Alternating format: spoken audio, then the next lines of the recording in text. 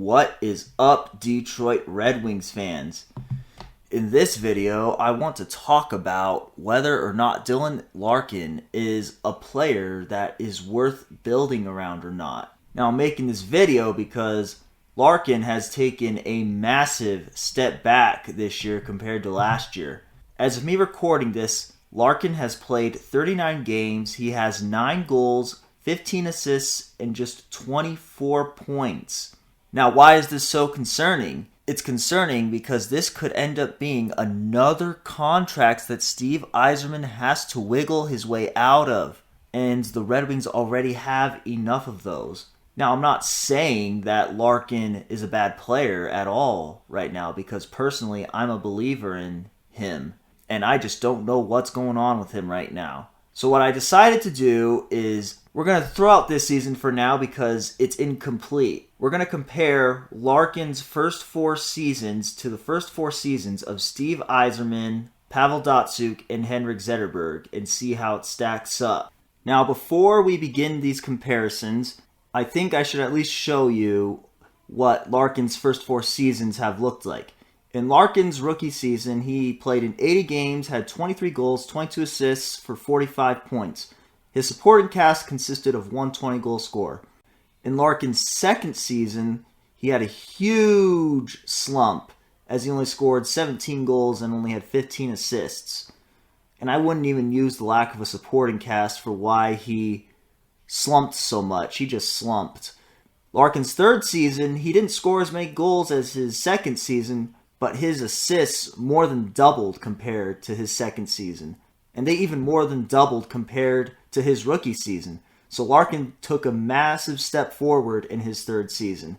And his supporting cast consisted of 2 20-goal scorers. In Larkin's fourth season, it really looked like he was that close to becoming maybe even a superstar, as he had 32 goals, 41 assists, and 73 points. And his supporting cast consisted of 1 30-goal scorer and 2 20-goal scorers. So now that I've shown you this, let's see how Larkin's first 4 seasons stack up to Yzerman first. Now, before we begin these comparisons, I want to note some things. If you see an NA underneath one of the stats, then that means that the number of goals, assists, or points that Larkin or Yzerman had did not even qualify for the top 100 in the NHL in that particular season. And also, you'll see some asterisks next to Yzerman's third season. It's because Yzerman only played in 51 games, so I adjusted Yzerman's stats to fit a full season. The NHL was only on an 80-game schedule at the time, so that's why I decided 80 instead of 82. But now that I've explained that, let's break this down a little bit. Larkin's first season doesn't really compare to Yzerman's in any way, as Yzerman ranked higher in every single category and outproduced Larkin in every single category. As far as the second season, it's almost not even worth going over because Larkin didn't even qualify for the top 100 in any category, while Yzerman's lowest ranking was 56. Now, when we get to the third season, Larkin didn't score too many goals, but he actually outproduced Yzerman when it came to assists, as he ranked top 35 in the NHL that year. And Larkin did not have as many points as Yzerman had, but he ranked higher than Yzerman ranked when it came to points in his third season. So that's certainly a start.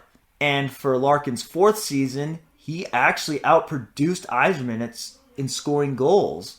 Larkin ranked top 40, while Yzerman ranked top 44, and that's despite Larkin playing less games than Yzerman played. So there's a little bit of hope so far. Let's do Datsyuk now.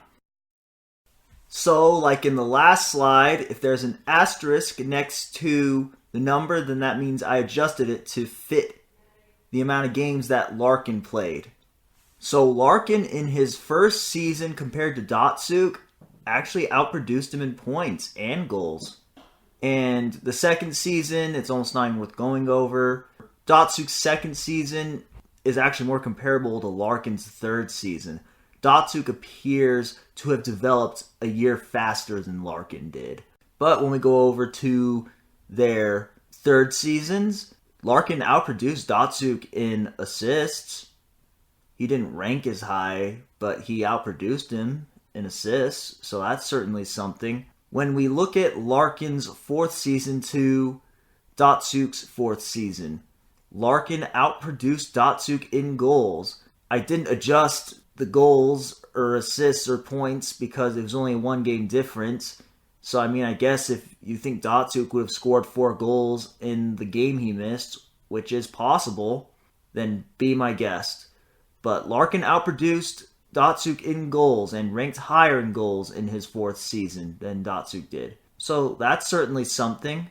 Now let's do Zetterberg.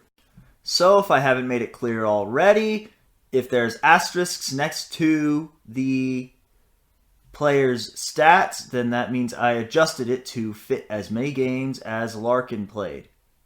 But with that said, Larkin in his 1st season outproduced Zetterberg.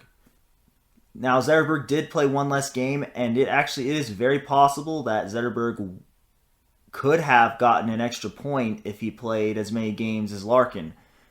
But I did not feel the need for an adjustment for 1 game. So good for Larkin for outproducing Zetterberg in his 1st season. Now, I'm just going to skip over Larkin's 2nd season because it hasn't been comparable to anybody so far. In Larkin's 3rd season, despite taking a big step forward, he did not produce as many points as Zetterberg did. He did produce more assists and did rank higher, but Zetterberg kind of outproduced him badly despite playing less games. As for the 4th season, Zetterberg outproduced Larkin in every category and ranked higher in every category. So, Larkin outproduced Yzerman in 2 out of the 12 categories, but he did rank higher than Yzerman in 3 out of 12 categories. Larkin outproduced Datsyuk in 5 out of 12 categories, but he only ranked higher than Datsyuk in 2 out of 12 categories.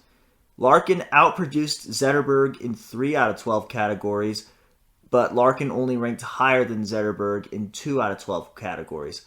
So back to the original question. Is Larkin a player the Red Wings can build around?